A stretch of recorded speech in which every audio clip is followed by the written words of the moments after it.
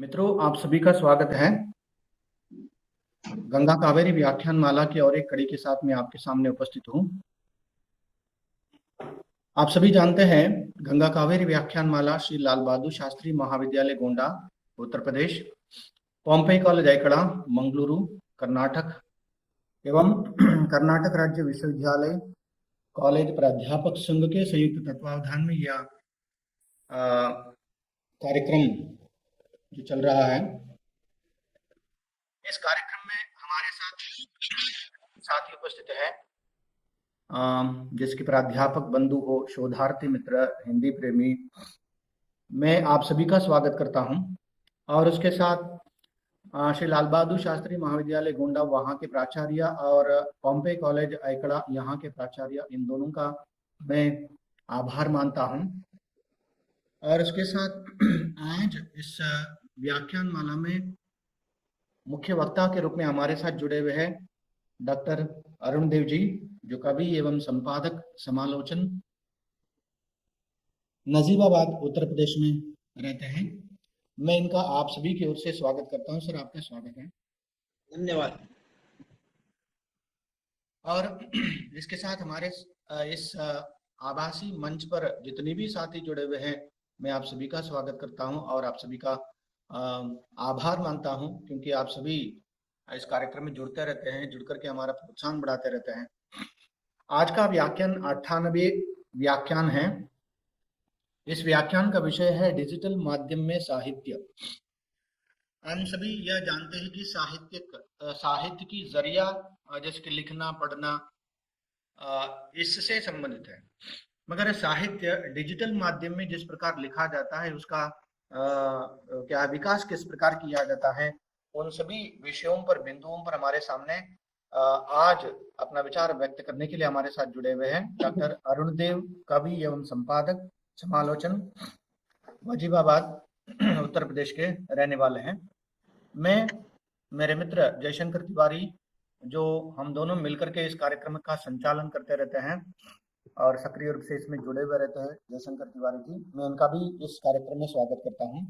और इसके साथ श्री लाल बहादुर शास्त्री महाविद्यालय गोंडा के हिंदी विभागाध्यक्ष प्रोफेसर शैलेंद्र स्वागत करते हुए मैं जयशंकर तिवारी जी से निवेदन करता हूं कि आज के मुख्य वक्ता डॉक्टर अरुण देव जी का संक्षिप्त परिचय देकर के कार्यक्रम को गति दें। Tiwari ji, over to you. जी धन्यवाद मित्र डॉक्टर एस ए मंजुनाथ जी। गंगा कावेरी व्याख्यान माला के 98वें संस्करण में आप सभी का हार्दिक स्वागत है। लाल बहादुर शास्त्री महाविद्यालय गोंडा, पॉम्पे कॉलेज एकला, मंगलुरु कर्नाटक और कर्नाटक राज्य में जो विश्वविद्यालय महाविद्यालय का हिंदी अध्यापक संघ है, उसके संयुक्त उपक्रम में यह श्रृंखला गतिमान है।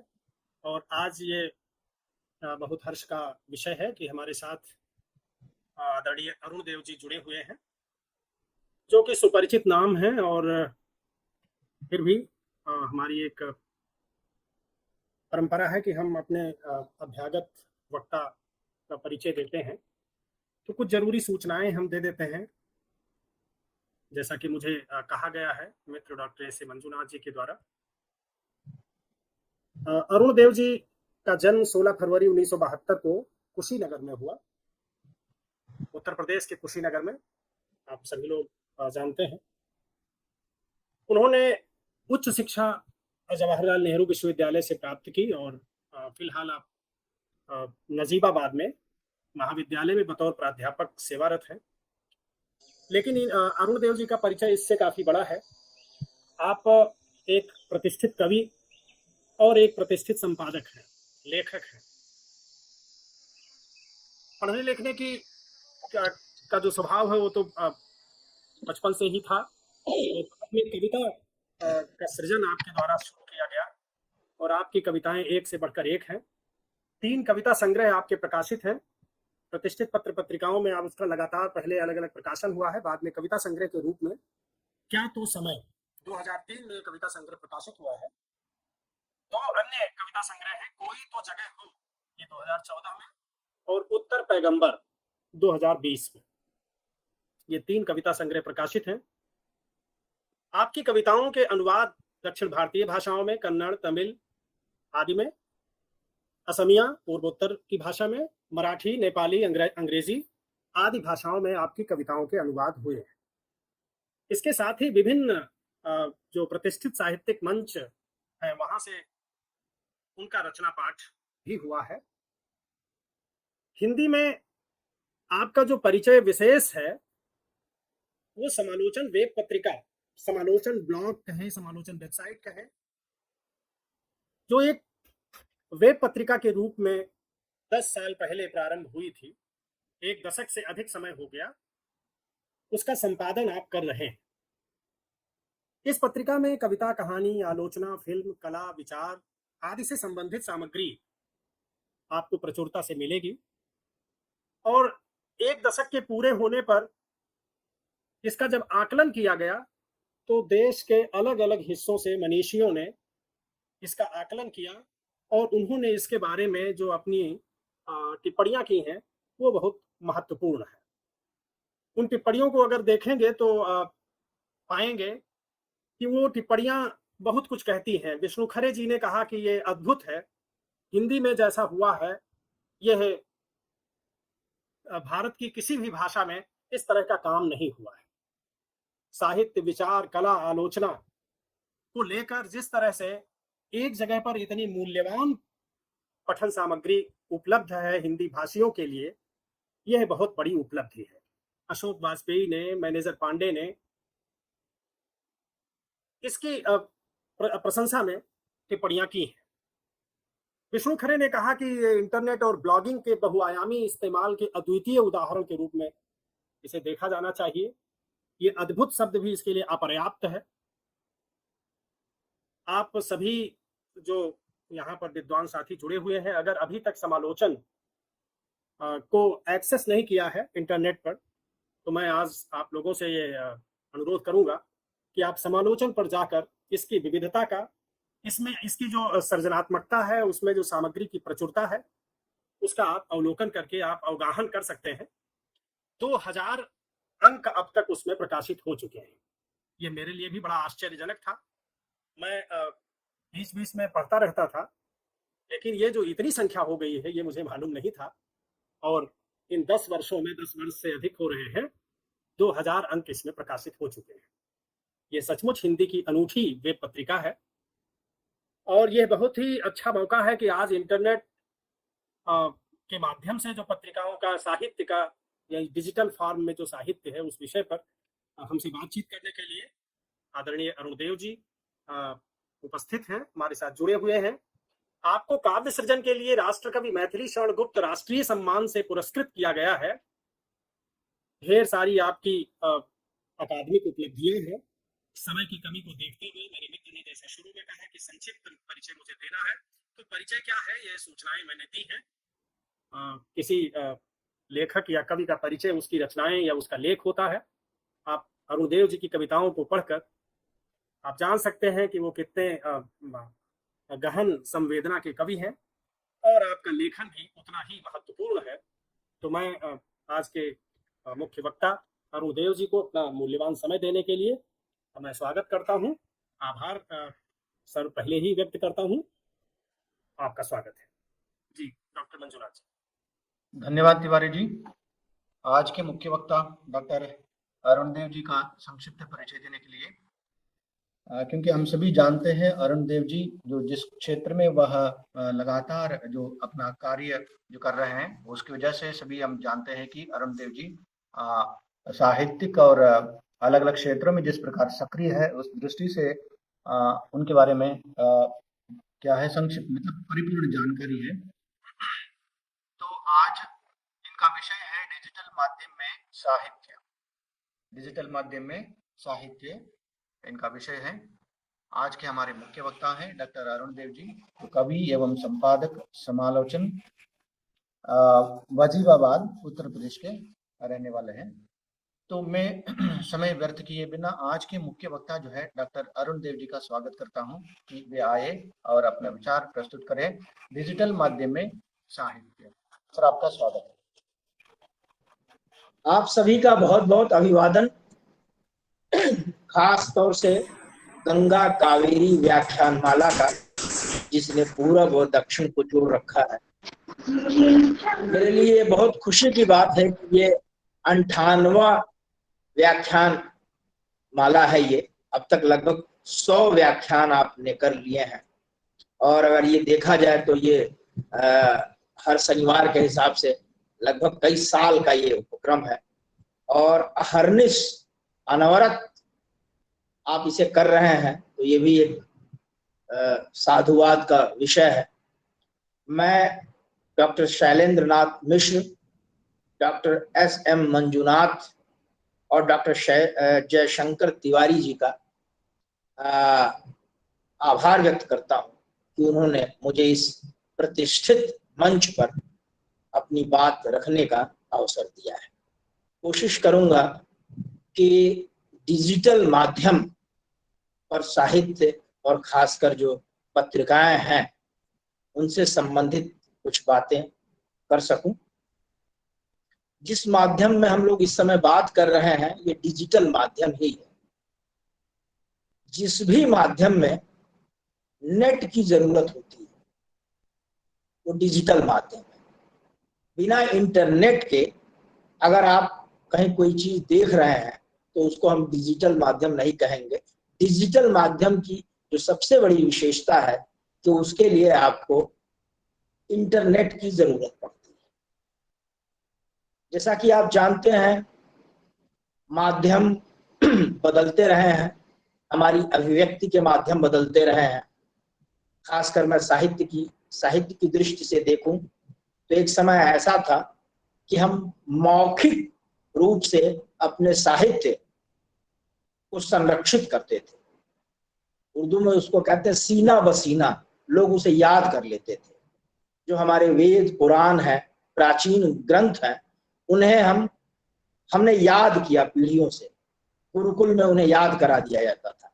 इसीलिए प्राचीन काल का जो अधिकतर साहित्य है वो गेय है, छंदों में है, जिससे कि उसको याद किया जा सके और उसमें अगर कहीं कुछ छूटता है तो उसे पकड़ लिया जाए। ये एक युग था। फिर धीरे धीरे हम मुद्रित की ओर आए। ये हम जरूर जानते हैं कि चीन से हमें कागज मिला हमें लिखने के लिए, लेकिन मुख्य रूप से भारत में जो प्रिंट माध्यम आया, मुद्रित शब्द आए, वो अंग्रेजों के साथ है। इससे पहले भी था लेकिन वो लोगों तक उपलब्ध नहीं थे। हाथों से लिखा जाता था, कॉपी बनाई जाती थी, लेकिन बड़ी संख्या में साहित्य का मुद्रण वो संभव नहीं था। वो अंग्रेजों के आने के बाद, जैसा कि आप जानते हैं कि उन्होंने पहली प्रेस लगाई और वो बाइबल छापा गया था। उसके बाद उस माध्यम का इस्तेमाल भारतीय लोगों ने किया और मुद्रित साहित्य से हम परिचित हुए। अब आप जब कल्पना करें कि जब हम वाचिक परंपरा से मुद्रण की ओर गए होंगे तो उस समय लोगों की क्या प्रतिक्रियाएं होंगी।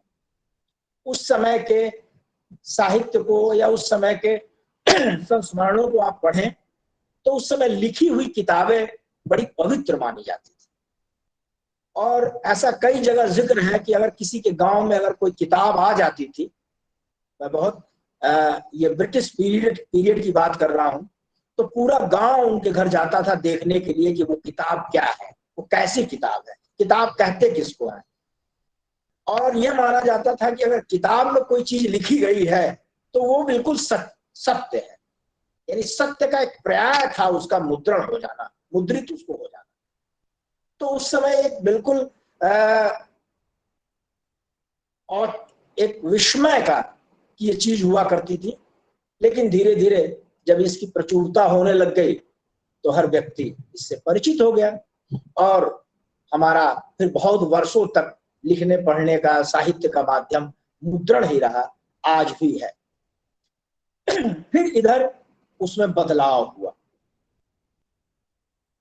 जिसको हम इंटरनेट कहते हैं कंप्यूटर कहते हैं, उसने हमें फिर एक नया माध्यम दिया। हम स्क्रीन पर लिखते हैं, स्क्रीन पर पढ़ते हैं, वो लिखा स्क्रीन से ही स्क्रीन पर भेज देते हैं। ये जो माध्यम है, ये डिजिटल माध्यम है। यूरोप में तो इसका आविष्कार सैन्य आवश्यकताओं के लिए हुआ था, गुप्त सूचनाएं भेजी जाए, इसके लिए इसका आविष्कार हुआ था। लेकिन धीरे धीरे आप जानते हैं कि बहुत सारी ऐसी चीजें हैं जो आज हम इस्तेमाल करते हैं, वो सैन्य आवश्यकताओं के कारण हुई थी, लेकिन बाद में सामान्य लोगों को भी मुहैया करा दी गई। तो ये माध्यम हमारे पास धीरे धीरे आया। लगभग 20-25 साल हुए इसको आए हुए, हमारे पास पहुंचे हुए। जब इंटरनेट आया और उसके बाद ये माध्यम आया, तो ये माध्यम बहुत पुराना नहीं है। अब इन दोनों माध्यमों की आप जरा तुलना करें। जो मुद्रण है वो हमें औपनिवेशिक दौर में मिला, अंग्रेजों के समय में हमें मिला। जाहिर है कि उस समय हम आजादी के संघर्ष में शामिल थे और हमारे ऊपर एक विदेशी शासन हुकूमत कर रही थी। सेंसरशिप था, जो कुछ भी लिखा जाता था उसको चेक किया जाता था। बहुत सारी सामग्रियां जब्त होती थी। बहुत काम हुआ है आजादी के दौर में जब्त शुदा सामग्री या जब्त शुदा साहित्य। तो औपनिवेशिक दौर में हमें मुद्रण मिला, मुद्रण के साहित्य से हम परिचित हुए। उसमें पर्याप्त रूप से सेंसरशिप काम करता था और उस समय की पत्र पत्रिकाएं सीधे ब्रिटिश राज की आलोचना से अपने आप को बचाती थी, और अगर कहीं ऐसा कुछ होता था तो उसका कोप भाजन उनको बनना पड़ता था। भारतेंदु हरिश्चंद्र से एक बार अंग्रेज नाराज हो गए तो उनकी प्रतियां सरकारी तौर पर नहीं खरीदी गई, उनको बहुत नुकसान हुआ। ऐसे तमाम उदाहरण हैं, वो एक अलग विषय है। मैं जो कहना चाह रहा हूं वो ये कहना चाह रहा हूं कि मुद्रण की जो तकनीक है वो हमें औपनिवेशिक दौर में से हम उससे परिचित हुए और उस पर पर्याप्त बंदिशें थी, उस पर पर्याप्त सेंसर थे उस पर। लेकिन ये जो माध्यम है हमें, वो आजाद भारत में हमें मिला है। इस माध्यम में कोई सेंसरशिप नहीं है। तो ये दोनों में एक अंतर हुआ। फिर एक और अंतर की मैं बात करूंगा। मुद्रण का जो साहित्य है वो हमारे राष्ट्रवाद का साहित्य है, यानी अंग्रेजों के खिलाफ संघर्ष करते हुए हम उस साहित्य को विकसित कर रहे थे। तो मुद्रण के साहित्य में राष्ट्रीय चेतना और सामाजिक सुधार एकदम मिले जुले हैं। उन्हीं की आकांक्षा से लोगों ने लिखना शुरू किया। भारतेंदु युग के लेखकों को देखिए आप, द्विवेदी युग के लेखकों को देखिए, उनका उद्देश्य यही था, सामाजिक चेतना का प्रसार और राष्ट्रीय चेतना का फैलाव। तो ये खास बातें थी जो हमें मुद्रण साहित्य में मिली। उसके एक नाभि में एक तरह से है, ये उसकी जड़ में है।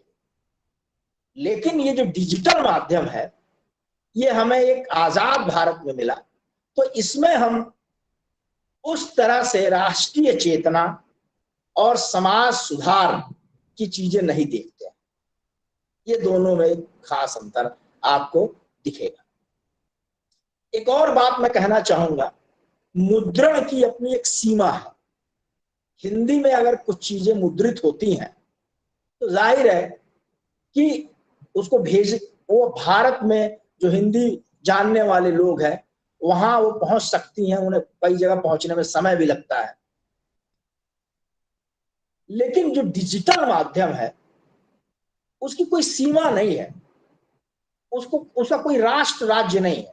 ये जो हम बात कर रहे हैं इसको इस समय अमेरिका में बैठा हुआ भी आदमी सुन रहा है, ईरान इराक में अगर वो बैठा हुआ तो भी सुन रहा है। तो मुद्रण जहां राष्ट्र राज्य की सीमाओं के बीच घटित हो रहे थे या घटित हो रहे हैं, डिजिटल माध्यम ने राष्ट्र राज्य की सीमाओं को तोड़ दिया। उसके लिए राष्ट्र राज्य की सीमाएं नहीं है। हाँ, भाषा की सीमाएं जरूर है, हालांकि अनुवाद की इतनी त्वरित व्यवस्था इसमें है वो भी कई बार क्षीण है, लेकिन फिर भी हम ये मान सकते हैं भाषा की इसमें बस एक सीमा है, लेकिन देश की कोई सीमा नहीं है। तो ये भी एक तरह से मुद्रण में और डिजिटल में आपको एक फर्क दिखेगा। एक फर्क और दिखेगा आपको, वो है गति। मुद्रण के छपने और पहुंचने की सीमा है। एक अखबार छपता है और वह कहीं जाता है, अगर उसे आप हवाई जहाज से भी भेजें तो भी उसमें समय लगेगा, 10 घंटे 12 घंटे लगना ही लगना है आपके पास पहुंचने तक। कितनी भी तेजी से आप अपने सारे काम करें उसके बावजूद भी उसमें समय लगेगा। ये एक ऐसा माध्यम है कि जो 1 सेकंड के अंदर आप तक पहुंच जाएगा। आप कल्पना करिए कि अगर ये माध्यम नहीं होता तो आप तक पहुंचने के लिए मुझे कितना काम करना पड़ता। तिवारी जी को यहां से जाना पड़ता कर्नाटक, और मैं नजीबाबाद से होते हुए पहुंचता आपके वहां, और ये सारे लोग वहां पहुंचते। ये पूरा आयोजन करने के लिए पर्याप्त धन आपका व्यय होता और पर्याप्त समय लगता। लेकिन इस माध्यम में केवल नेट के खर्चे पर हम सारे लोग एक मंच पर जुड़े हुए हैं, और मैं अपनी बात कह रहा हूं, आपको सुन रहा हूं, आप फिर अपनी बात करेंगे, मैं उसका जवाब दूंगा। तो ये इसमें गति की जो दूरी थी, इस माध्यम ने उसको दूर कर दिया। तो ये इसकी चौथी विशेषता हो गई, बहुत गतिशील है ये। और जो चीजें बहुत गतिशील होती हैं वो बहुत चंचल, इसीलिए इस माध्यम में गलतियों की भी सीमा नहीं है, असीम है। बहुत गलतियां कर सकते हैं आप। एक मैसेज आप लिखते हैं और उसमें आप 4 गलती कर सकते हैं, क्योंकि बहुत तेजी से आप काम करते हैं। लेकिन इसका एक देन है, वरदान है, उसे आप ठीक भी कर सकते हैं। मुद्रण में ऐसा संभव नहीं था। अगर अखबार में या किसी पत्रिका में आपने कुछ गलत लिख दिया है तो उसको ठीक होने में, अगर अखबार में है तो कम से कम 2-3 दिन लगेगा, वो भेजा जाएगा, फिर अगला अखबार निकलेगा, उसमें बताया जाएगा कि साहब मुद्रण की त्रुटियां हो गई थी और इसको ऐसे पढ़ा जाए। पत्रिका है मंथली, तो 1 महीने इंतजार करिए, अगले महीने फिर वो अंक आएगा, उसमें एक नोट लगा रहेगा कि नहीं साहब जयशंकर तिवारी की जगह जयशंकर मिश्र हो गया, कृपया इसे सुधार। लेकिन ये ऐसा माध्यम है कि छपने के बाद भी आप वहां जाकर उसे ठीक कर सकते हैं। अगर यह वरदान नहीं होता तो मैं पिछले 1 दशक से समालोचन पत्रिका का संपादन नहीं कर पाता, ये अकेले मेरे वश का नहीं था। ये इसीलिए है कि इसमें मैं गलतियां करता हूं और फिर वो गलतियां जाके मैं दुरुस्त कर देता हूं, तो इसीलिए ये संभव है। तो ये भी एक इसकी एक खास विशेषता है कि आप चंचल है लेकिन आप इसमें गलतियों को दुरुस्त कर सकते हैं। अगली विशेषता, जब मुद्रण में हमारा साहित्य छपता था तो उसकी प्रतिक्रियाओं के लिए हमें बहुत लंबा इंतजार करना पड़ता था। आपने एक उपन्यास लिखा या आपने एक कहानी किसी पत्रिका में दी, अव्वल तो 2-3 महीने लगेंगे अगर वो स्वीकृत होती है तो, उसके बाद वो अंक जाएगा लोगों के पास, लोग उसे पढ़ेंगे, पढ़ने के बाद फिर वो एक पत्र लिखेंगे, और पत्र फिर डाक के माध्यम से संपादक के पास आएगा, और फिर संपादक उसमें से कुछ चुने हुए पत्रों को अपनी पत्रिका में जगह देगा, और दूसरे या तीसरे अंक में लेखक को अपने रचना पर प्रतिक्रियाएं मिलेंगी कि उसकी कहानी कैसी है, उसकी कविता कैसी। ये माध्यम इतना द्रुत है, इतना तीव्र है कि आज आपने अभी कोई कविता लिखी या आज आपकी कोई कहानी समालोचन पर छपी सुबह 8:30 बजे, और आपने देखा कि 9 बजे तक उसमें तो 30 टिप्पणियां आ गई, 30 लोगों ने अपनी प्रतिक्रियाएं दे दी। जो सारे बड़े लोग, प्रतिष्ठित लोग हैं, वो पढ़ रहे हैं, उन्होंने टिप्पणियां देनी शुरू कर दी। आधे घंटे में आपको उसका फीडबैक मिल गया तो ये भी एक विशेषता है। एक और विशेषता है, मुद्रण में जो साहित्य है उसको खोजना, अगर आप किसी पत्रिका के 5 साल पहले के अंक में जयशंकर तिवारी जी का कोई लेख खोजना चाहें आप, तो अव्वल तो वो 5 साल पुरानी पत्रिका मिलेगी नहीं आपको। खैर, आप लाइब्रेरी में गए, लाइब्रेरी में जाने के बाद आपने देखा कि वो जो पत्रिका है उसके 5 साल के सारे अंक कहाँ मौजूद है, और फिर वो अंक आप निकालेंगे और निकालने के बाद आप जयशंकर तिवारी जी का वो लेख खोजेंगे, तो अच्छा खासा आपका समय गया। आज समालोचन में 10 साल पहले अगर छपा हुआ आपका लेख है, अब वो कुछ करना नहीं है, आप समालोचन पर जाएं और जहां वो सर्च है उस पर जयशंकर तिवारी लिखते हैं, वो लेख आपको मिल जाएगा। ये भी आप कर सकते हैं कि वहां न जाके सीधे गूगल पर आप समालोचन लिखें और एक डैश लगा के जयशंकर तिवारी लिखें और वो मिल जाएगा। इसके अलावा दुनिया में कोई भी आदमी कहीं भी है, उसने जयशंकर तिवारी अगर टाइप किया तो वो उनका जहां जहां जो कुछ भी छपा हुआ है उसको दिख जाएगा। तो ये माध्यम उपलब्धता देती है, उपलब्ध है सारी चीजें आपके पास, तो ये इसकी एक नई विशेषता है। अब इसकी एक अगली विशेषता की ओर मैं बात करूंगा जो कि बहुत ही खास विशेषता है। देखिए, जो मुद्रण सामग्री है उससे हम उसके दर्शनीय होने की अपेक्षा नहीं करते, हम उसके पठनीय होने की, हमें उसे साफ सफाई सुंदर छपा है बस यही उम्मीद करते हैं। यानी किसी पत्रिका में कोई लेख छपा हुआ है तो वो सही छपा हो, बस काफी है, हम उसे पढ़ते हैं। लेकिन यह माध्यम चूंकि देखने पर जोर देता है, देखकर हम पढ़ते हैं, वो भी देखकर पढ़ते हैं, लेकिन इसका एक दर्शनीय पक्ष भी है। जब तक चीजें सुंदर नहीं होंगी, जब तक चीजें ठीक से व्यवस्थित नहीं होंगी, तब तक आप वहां नहीं जाएंगे, क्योंकि बहुत सारी सामग्रियां आ रही हैं, बहुत चंचल माध्यम है ये।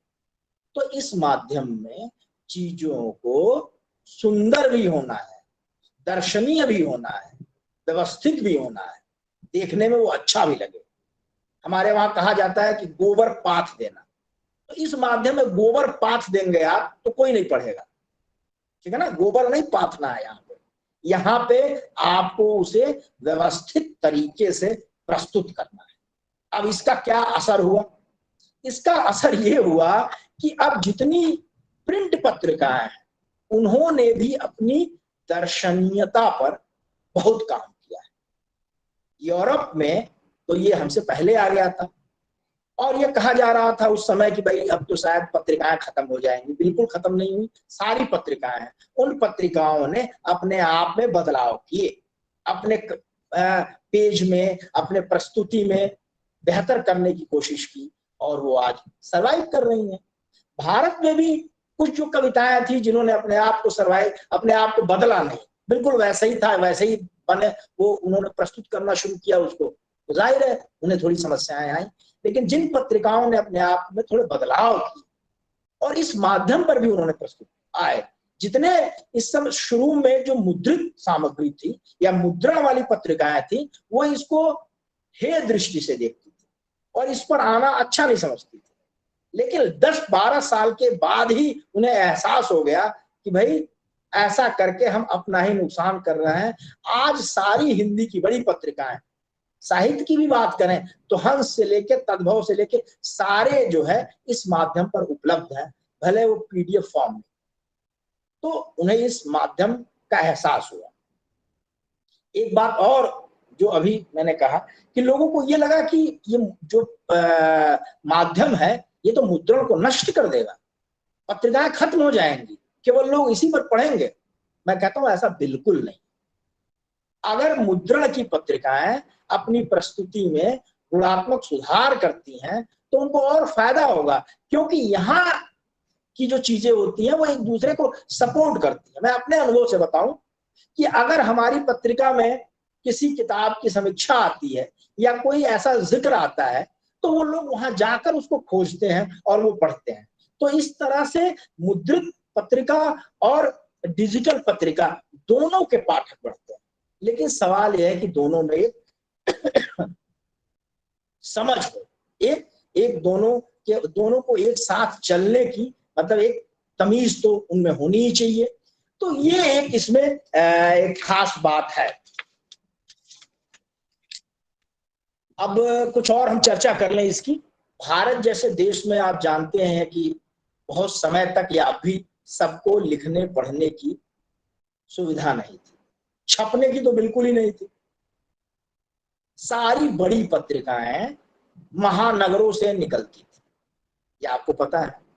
महानगरों में अगर कोई पत्रिका 10 साल से निकल रही है तो जाहिर है कि उस संपादक के इर्द गिर्द उस महानगर के लेखकों का एक अच्छा खासा गुट बन जाएगा, जमावड़ा हो जाएगा, और जो दिखता है भाई वही बार बार छपता है। तो इसमें जो दूर दराज के लोग थे, पहले साहित्य के केंद्र कौन थे हिंदी के? बनारस रहा, इलाहाबाद हुआ, दिल्ली हो गया, मध्य प्रदेश हो गया। ये क्या है, सब बड़े शहर हैं। यहाँ पत्रिकाएं छपती थी, यहाँ संपादक रहते थे। तो एक तरह से इसमें भी एक पावर बन गया, पावर स्ट्रक्चर, मुद्रण में एक पावर स्ट्रक्चर काम कर रहा था। उसमें जो ऐसे लोग हैं, बहुत किनारे हैं, हाशिए में रहने वाले लोग हैं, आदिवासी हैं, स्त्रियां हैं, ठीक है, जिन्हें कोई नहीं जानता, उनके लिए बहुत जगह नहीं थी, बहुत मुश्किल था उनके लिए। एक तो उन्हें पता ही नहीं होता था कि ये भेजा कैसे जाए, इस जो पत्रिका है इसके संपादक के पास वो कैसे जाएगा, वहां कैसे डाक से भेजे, तमाम सारी चीजें। और आपको पता है संपादकों के पास इतना बोझ रहता है, मैं भी खुद उससे पीड़ित हूं, कि वो अक्सर क्या करते हैं, जो पहले से आजमाए हुए लोग हैं उन्हीं पर दांव लगाते हैं। ठीक है कि भाई इन्हें हमने पहले से जान रखा, ये ठीक लिखे होंगे। वो बिल्कुल नए लोगों पर बहुत दांव नहीं लगाते, उन्हें मेहनत करना पड़ेगा, उन्हें पूरा पढ़ना पड़ेगा, इसमें क्या है, तमाम गलतियां होंगी, उन्हें फिर कहना पड़ेगा कि भाई इसे सुधारो। वो लंबी प्रक्रिया हो जाएगी। लेकिन ये साहित्य के लिए कितनी जरूरी चीज है। इस माध्यम ने शहरों की केंद्रीयता को खत्म कर दिया। मैं नजीबाबाद, जो कि एक कस्बा है पश्चिमी उत्तर प्रदेश का, जहां एक समय में बिजली भी ढंग से नहीं आती थी और मैं इन्वर्टर की मदद से ये काम करता था, और नेट की भी बड़ी भारी समस्या रहती थी। आज इस छोटी सी जगह से समालोचन हिंदी की केंद्रीय पत्रिका बन गई। तो इसीलिए बनी है क्योंकि ये माध्यम है। जयशंकर तिवारी गोंडा से ये काम कर रहे हैं। आप बताइए, ये माध्यम नहीं रहता तो ये गोंडा से इस तरह का कार्यक्रम कर पाते? ये कार्यक्रम, इस तरह के कार्यक्रम दिल्ली में पहले होते थे, मुंबई में होते थे, लखनऊ में होते थे, भोपाल में होते थे। तो एक तरह से इसने सत्ता केंद्र जो बन गए थे उनको तोड़ दिया, और अब कहीं से कोई भी व्यक्ति अपनी एक पत्रिका शुरू कर सकता है, अपनी कोई व्याख्यान माला चालू कर सकता है, अपनी व्याख्यान माला निकाल सकता है, भेज सकता है। ईमेल है, ईमेल से आप रचनाएं मेरे पास भेज दीजिए। मेरे पास तमाम ऐसी रचनाएं छपी और आई, बहुत सुदूर इलाकों की थी, सुदूर राजस्थान के बहुत किनारे से, कोई हिमाचल के एकदम किनारे से लिख रहा है। तमाम ऐसी गृहिणियां जिन्होंने कभी कोई किसी मुख्य पत्रिका में भेजा नहीं था और बहुत उनमें संभावनाएं थी, उन्होंने भेजा और आज वो हिंदी की मुख्य धारा की लेखिका। तो इसने हमें नए लेखक भी दिए, नए तरह का साहित्य भी दिया, नई संभावनाएं भी दी। तो ये इस माध्यम का ये योगदान है कि इसने जो है सामाजिक स्तर पर एक तरह से अभिव्यक्ति को और एक्सेसिबल बनाया, और ज्यादा लोग उसको एक्सेस कर सकते हैं, कहीं से भी कोई एक्सेस कर सकता है। ये तो हुआ एक पत्रिका की बात। फेसबुक वगैरह है, वो तो कोई भी कहीं से भी कुछ भेजता रहता है, अपना डाल सकता है। उसमें अगर बहुत अच्छी चीजें होती है तो लोगों की नजर भी जाती है। मेरा जैसा संपादक हुआ तो उनसे कविताएं भी मांगता है, भाई बहुत अच्छी कविता है, आप हमें 10-12 कविताएं दीजिए। तो ये एक मतलब इसने बड़ा काम किया कि इसने सबको जो है एक रास्ता दिया अपनी अभिव्यक्ति के लिए। अब इसमें आइए कि इसमें डिजिटल माध्यम में जब साहित्य आता है तो क्या फर्क हो जाता है? ये उसी तरह का फर्क है जैसे कोई नाटक रंगमंच पर जाए तो उसमें फर्क होता है। जैसा नाटक लिखा गया है वो सेम उसको हम वैसे ही रंगमंच में नहीं प्रस्तुत कर सकते। हर माध्यम की अपनी आवश्यकताएं होती हैं, उसका अपना एक व्याकरण होता है। अब इस माध्यम में आप पहले की तरह एक ढीला ढाला गद्य और बड़ी एक उबाऊ सी भूमिका के साथ लिखकर चेप दीजिए या भेज दीजिए तो कौन पढ़ेगा उसे? उसे चुस्त होना होगा। आप इतना, मैंने कहा कि चंचल माध्यम है, जहां भी आपने बोर किया वो पाठक वहां से चला जाएगा। तो आपको अपनी बात बहुत चुस्त तरीके से करनी होगी, अनावश्यक लंबी भूमिकाएं नहीं देनी होगी और मुख्य बातों पर आना होगा। सुंदर मतलब ऐसे वाक्य बनाने पड़ेंगे जो ग्राह्य हो और पैराग्राफ बहुत बड़े बड़े नहीं रखने। तो ये ऐसा नहीं है कि इसमें आके साहित्य कुछ दूसरा हो गया, थोड़ा सा उसमें इस माध्यम के हिसाब से थोड़े बहुत इसमें परिवर्तन हुए। तो ये एक चीज इसमें है जो एक अलग चीज है।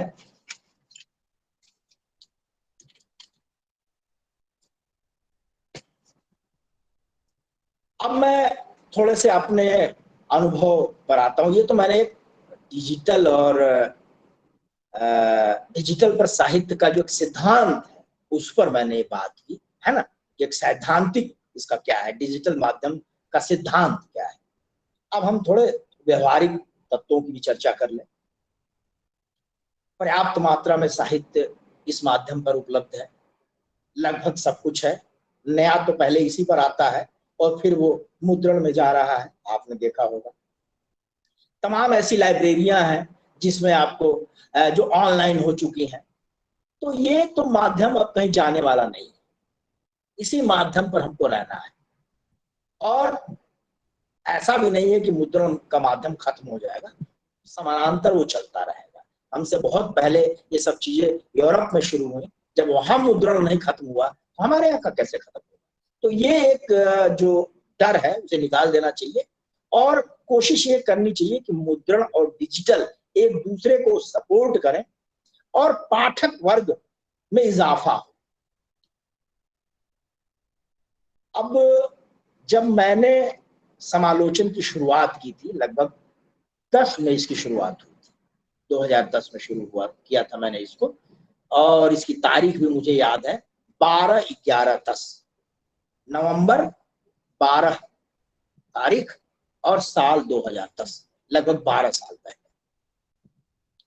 उस समय हिंदी में डिजिटल माध्यम में कोई अच्छी पत्रिका हो इसको लेकर कोई गंभीरता से सोच नहीं रहा था।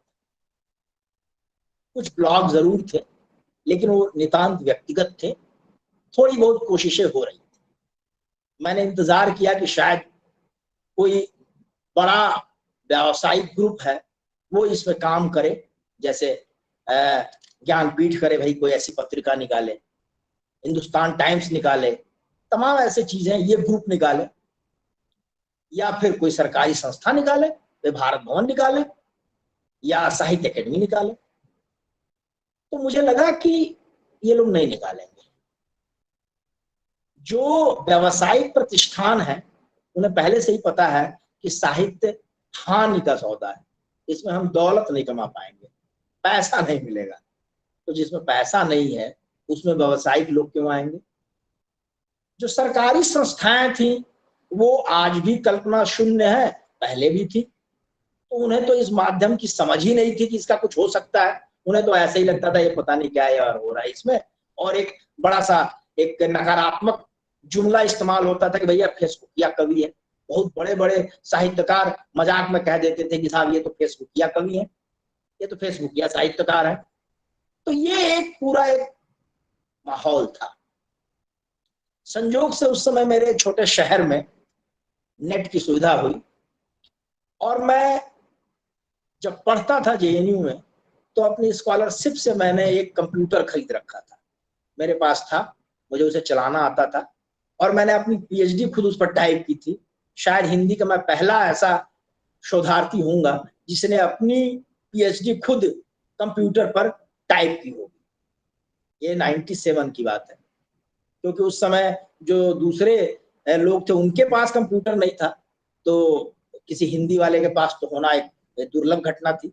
तो अपने जेआरएफ के पैसे से मैंने इसे खरीदा और अपने गुरु प्रोफेसर मैनेजर पांडे को मैंने बुलाया कि सर देखिए ये मैंने एक कंप्यूटर खरीदा है। मुझे ये था कि वो कहेंगे अरे यार क्या ये सब बुर्जुआ चीजें तुम करते रहते हो, ये मेरे अंदर था, लेफ्टिस्ट आदमी थे। लेकिन उन्होंने ऐसा कुछ नहीं कहा और उन्होंने उसको बटन दबा के उसका उद्घाटन किया और मुझसे तो कुछ नहीं बोले। बाद में किसी छात्र ने उनसे पूछा कि भाई सर आप वहां गए थे और वो क्या हुआ? तो उन्होंने कहा कि भाई देखो लंबी रेस में रहना है तो ये काम आपको करना होगा। तो गुरुवर को उस समय एहसास था कि इसके बिना आप काम नहीं कर पाएंगे। तो ये माध्यम से मैं परिचित था। यहाँ आने के बाद जब मेरे पास नेट की सुविधा हो गई तो मैंने एक परिकल्पित किया कि एक कोई ऐसी पत्रिका निकाली जाए जो स्तरीय हो। और उस समय मेरे सामने 2 पत्रिकाएं थी। सरस्वती पर मैंने पीएचडी किया हुआ था। महावीर प्रसाद द्विवेदी की पत्रिका सरस्वती पर मेरा शोध कार्य है। और उस समय जो जवाहरलाल नेहरू विश्वविद्यालय में नामवर सिंह द्वारा संपादित जो पत्रिका थी आलोचना, वो भी मुझे बहुत प्रिय थी। तो आलोचना की तर्ज पर मैंने इसका नाम रखा समालोचन, लेकिन इसकी प्रकृति मैंने रखी सरस्वती। सरस्वती पत्रिका केवल साहित्य तक अपने आप को सीमित नहीं रखती थी, पूरा हिंदी समाज का जो एक अपना लेखा जोखा है सब उसमें छपता था। उसमें राजनीतिक भी छपते थे, रंगमंच भी था, इतिहास भी था, समाज भी था, यहाँ तक कि कॉमर्स भी था, सब कुछ था उसमें। तो मैंने कहा कि भाई ये जो हमारे वहां हर चीज को तोड़कर देखने की प्रवृत्ति है, इसने पाठकों को नष्ट कर दिया है। पहले तो आपने साहित्य की पत्रिका अलग कर दी सारी पत्रिकाओं से, फिर साहित्य की पत्रिका में भी आपने कविता की पत्रिका अलग कर दी, फिर छांट कर आपने कहानी की पत्रिका अलग कर दी, फिर आपने समीक्षा की पत्रिका अलग कर दी। अरे बचा क्या फिर उसमें? कौन पढ़ेगा जब सब कुछ उसमें नहीं मिल रहा है तो? और धीरे धीरे ऐसा हुआ कि कविता की पत्रिका के पाठक खत्म हो गए, सिर्फ कहानी की पत्रिका के पाठक खत्म हो गए, और रंगमंच को तो आपने वैसे ही हटा दिया था, और संगीत के लिए कोई जगह ही नहीं थी आपके पास। तो मैंने कहा कि ये ऐसी पत्रिका होगी जो साहित्य की होगी। साहित्य माने सब कुछ, कविता, कहानी, उपन्यास, सारे, समीक्षा, आलोचना, कला, फिल्म, रंगमंच, नाटक, मूर्ति कला, शिल्प, संगीत और विचार, यानी समाज, इतिहास, विज्ञान, तमाम, ये सब कुछ होगा इसमें। ये मैंने परिकल्पित किया और उसके बाद हमने ये कोशिश की कि भाई इसे निकाला जाए। अब उस समय एक और बड़ी समस्या, किसी से मांगे रचना है तो कहता अरे अरे छोड़ो ये सब, मैं इसमें नहीं देता, ये बकवास, ये क्या है, ठीक है भाई इसमें नहीं देता। मैं विष्णु खरे में बड़े प्रिय, उन्होंने कहा अरे मैं इस माध्यम में नहीं देता कुछ भी, भाई कविता विता नहीं देता। ये बड़ी समस्या हुई। जो थोड़े सहृदय थे वो कहते थे वो फलाने जगह मेरी चीज छपी हुई है, वो ले लो, छाप दो दोबारा। ये एक और समस्या कि भाई अगर सब हम उधार का ही छाप देंगे तो फिर हमारी पत्रिका का क्या रूप बनेगा। तो मैंने कहा, पहली बार उस समय ऐसा ही चलता था कि सब इधर उधर से लेके छाप देते थे। मैंने साफ साफ लिखा कि केवल अप्रकाशित रचनाएं ही भेजें। और उस समय लोग मॉडरेटर इस्तेमाल करते थे, मैंने लिखा संपादक। भाई ये पत्रिका है, ठीक है, और इसका एक संपादक है और अप्रकाशित रचना ही हमें चाहिए। अब चूंकि मैं पहले से कवि के रूप में लोग जानते थे मुझे, तो थोड़ी बड़ी मेरी प्रतिष्ठा थी, तो मेरे साथी युवा लोग थे, जो और लोग थे, उन्होंने कहा कि भाई ठीक है यार भेजते हैं। तो फिर उन लोगों ने भेजना शुरू किया धीरे धीरे धीरे धीरे, और बहुत नए लोग जुड़े गए, नया माध्यम था, उन लोगों ने अनुवाद करने शुरू किए। तो ये मैंने कोशिश की कि अप्रकाशित रचनाएं दी जाए और उसे चलाया जाए। तो बहुत मुझे इसके लिए संघर्ष करना, साल 2 साल 3 साल के बाद जब उसका रूप निखर कर आ गया और लोगों को लगा कि भाई इसका तो एक स्तर भी है और इसकी एक पाठक इसके पाठक वर्ग भी हैं। तो फिर वही लोग जो ये कहते थे अरे मैं इसमें नहीं भेजता, उनके कॉलम शुरू हो गए हमारे वहां। विष्णु खरे का फिल्मों पर कॉलम चला बहुत दिनों तक, बहुत अच्छे अच्छे लेख दिए उन्होंने। तो समालोचन ने कहा कि नहीं भाई, हम अप्रकाशित रचनाएं इसमें छापेंगे, स्तरीय रचनाएं छापेंगे और प्रस्तुति उसकी अच्छी। तो धीरे धीरे धीरे करते करते करते 1 दशक का ये पूरा हो गया है।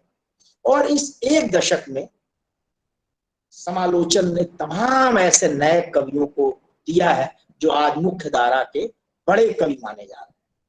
तमाम ऐसे हमने चीजें छापी हैं जो आज किताबों के रूप में आ गई। राकेश बिहारी ने भूमंडलोत्तर कहानी पर एक सीरीज निकाली, उसे बाद में आधार प्रकाशन ने छापा और कहा कि यार ये तो इतनी बिकी जितने उपन्यास नहीं बिकते हैं। अखिलेश जो चित्रकार हैं भोपाल के, उन्होंने रजा पर पूरी एक सीरीज निकाली, हमारे वहां छपी और उसे राजकमल ने छापा। बटरोही ने अपने अनुभव को लिखते हुए एक पूरी सीरीज लिखी हमारे वहां, जो किताब के रूप में छप गई। इस समय हिंदी के बहुत प्रतिष्ठित कवि कुमार अंबुज का फिल्मों पर विश्व सिनेमा से एक सीरीज छप रही है और वो अद्भुत सीरीज है। वो कहते हैं कि उनके पास रोज 5 प्रकाशकों के फोन आते हैं कि भाई ये हमें दे दो, हमें दे दो, हम इसे छापना चाहेंगे। तो इस समय इसकी ऐसी स्थिति है। कुछ दिन पहले रेत समाधि पर हरीश त्रिवेदी का एक लेख छपा है, आप देखिएगा उस लेख को, हिंदी में उससे बेहतर लेख नहीं मिलेगा। तो धीरे धीरे हमने ये काम किया और आपको जानकर बड़ा आश्चर्य होगा कि ये सारा काम इसी जगह पर बैठकर मैं अकेले करता हूं। कम से कम मेरा 8 घंटा इसमें जाता है रोज। मुसल 10 घंटे से लगातार मैं 8 घंटे इस पे काम कर रहा हूं, बिना छुट्टी, बिना नागा लिए, बिना पैसा लिए। और ये अंक हमारी पत्रिका मुफ्त में जाती है। हम एक भी विज्ञापन नहीं देते इसमें, क्योंकि मैं नहीं चाहता कि कोई लेख पढ़ते हुए आपके सामने एक पैंट या कोई चड्डी या बनियान आपके सामने आ जाए और पढ़ने का सारा जो है सुख खत्म हो जाए। मैं इसमें कोई विज्ञापन नहीं देता, गूगल का भी विज्ञापन इस पे नहीं है। यहां तक कि उस पूरे लेख में मैं अपनी पत्रिका के अंकों का भी विज्ञापन नहीं देता, उसके नीचे मिलेंगे। पूरे लेख में कूद कर वो नहीं आएंगे जिससे कि आपको डिस्टर्ब हो। सबसे इस समय हिंदी का पठनीय अगर कोई पत्रिका है तो वो आपको समालोचन मिलेगा। उसके पूरा पेज की तरह पूरा खुलता है, उसके लेआउट पे हम काम करते हैं, उसके पोस्टर्स को देखिए आप। तो ये सारा काम यहाँ बैठ कर मैं कर रहा हूँ पिछले 1 दशक से। और अब जाकर कुछ ऐसा हुआ है कि इस पर लोगों का ध्यान गया है। इस पर इंडियन एक्सप्रेस ने पूरा एक फीचर लिखा था। अभी कुछ दिन पहले हमने बुलडोजर कविता के 2 अंक निकाले, जिसकी चर्चा आउटलुक ने की। और द हिंदू में कम से कम 10 बार इसका जिक्र हो चुका है। तमाम पत्रिकाओं ने इसको नोटिस लिया है। तो ये काम कर रहा हूं। हालांकि मैं मुख्य रूप से अपने आप को कवि मानता हूं, लेकिन इस काम ने मेरे कवि रूप को भी प्रभावित किया है। जितना मुझे समय देना चाहिए उतना समय मैं अपनी कविता को नहीं दे पाता हूं, लेकिन मैं भाषा को दे रहा हूं, साहित्य को दे रहा हूं, इसका मुझे संतोष है। तो मेरे ख्याल से पर्याप्त है। अब आप कुछ पूछना चाहें तो आप पूछ सकते हैं। धन्यवाद सर। आपने मुद्रण माध्यम से लेकर के डिजिटल माध्यम तक साहित्य का जिस प्रकार प्रयोग किया जा रहा है, पूरा जिसकी विवरण, संक्षिप्त इतिहास आपने हमारे सामने प्रस्तुत कर दिया है। और आप बहुत ही 10 साल से यह जो पत्रिका चला रहे हैं, पत्रिका चलाना जितना मुश्किल से बड़ा काम है हम सभी जानते हैं। बहुत ही अत्यंत महत्वपूर्ण विषय आपने आज इस व्याख्यान में प्रस्तुत किया है। मैं अपने सभी साथियों की ओर से आपको अभिवादन देता हूं और बहुत बहुत धन्यवाद देता हूं। आपको बहुत बहुत धन्यवाद सर।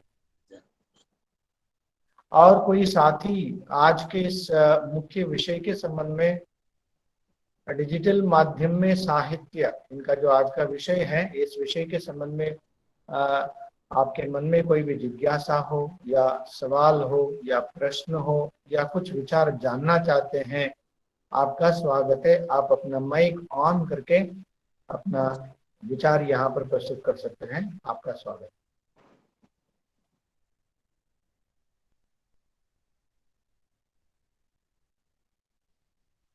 कोई भी। आज का जो व्याख्यान है डिजिटल माध्यम में साहित्य जिसके प्रिंट मीडिया, इसी को हम साहित्य मानते रहे, और डिजिटल माध्यम में जिस प्रकार साहित्य का क्या है काम हो सकता है उसके बारे में क्या है ज्यादातर लोगों को जानकारी नहीं है।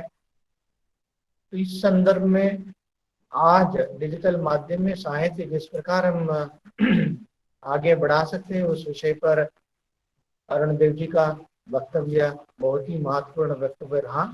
इस विषय के संबंध में कोई भी जिज्ञासा, विचार या प्रश्न पूछना चाहते हैं, आपका स्वागत है।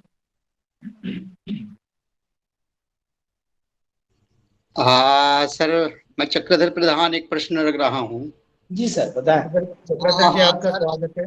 हाँ सर, पहले प्रणाम है। आपका ये महत्वपूर्ण व्याख्यान जो है हमें कई दिशाओं की ओर प्रेरित कर रहा है। यानी कि सर, क्या डिजिटल माध्यम जो है इसको हम लोग सोशल मीडिया में साहित्य का नाम दे सकते हैं क्या? ये पहला प्रश्न। और जैसे मैं भी आपकी पत्रिका का पाठक हूँ, अब तो हर जगह मिल रहा है, और इधर कलकत्ते के आसपास रहने के कारण पत्रिकाओं से नाता है, और आपको ये जानकारी तो है ही कि कलकत्ता पत्रिकाओं का गढ़ रहा है आज भी। यहाँ बहुत सी पत्रिकाएं छपती हैं और प्राय सारी पत्रिकाएं डिजिटल हो रही हैं, यहाँ हो गई हैं। चाहे बंगला की पत्रिकाएं हो, चाहे हिंदी की पत्रिकाएं हो, तो डिजिटल हो रही हैं, वो तो हम पढ़ रहे हैं। किंतु सर, ये सोशल, हमारे यहाँ जिस कॉलेज में मैं पढ़ा रहा हूँ वहाँ बीए में एक विषय है, यहाँ सीबीसीएस पाठ्यक्रम चालू है, चॉइस बेस्ड क्रेडिट सिस्टम। उसमें एक विषय है सोशल मीडिया और साहित्य। तो आपके व्याख्यान से मैं समृद्ध तो हुआ, किंतु सर यहाँ जो फेसबुक में साहित्य, ट्विटर में साहित्य, व्हाट्सएप में जो साहित्य आ रहे हैं, इस पर आप जी चाहता हूं सर जी। बिल्कुल बिल्कुल, देखिए बहुत अच्छा प्रश्न आपने उठाया। ये है, जब हम सोशल मीडिया कहते हैं तो डिजिटल से हम उसे माइनस करते हैं। डिजिटल एक बड़ा रूप है, सोशल मीडिया उसका एक हिस्सा है।